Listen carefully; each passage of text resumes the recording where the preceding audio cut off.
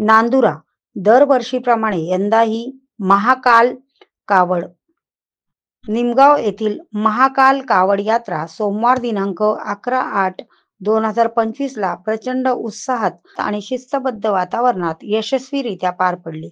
महाकालेश्वर मंदिरापासून कावड यात्रेस प्रारंभ झाला। या यात्रेमध्ये सर्वधर्मीय आणि विविध पक्षाचे नागरिक सहभागी झाले होते, ज्यामुळे सामाजिक सलोख्याचे एक उत्तम उदाहरण पाहायला मिळते।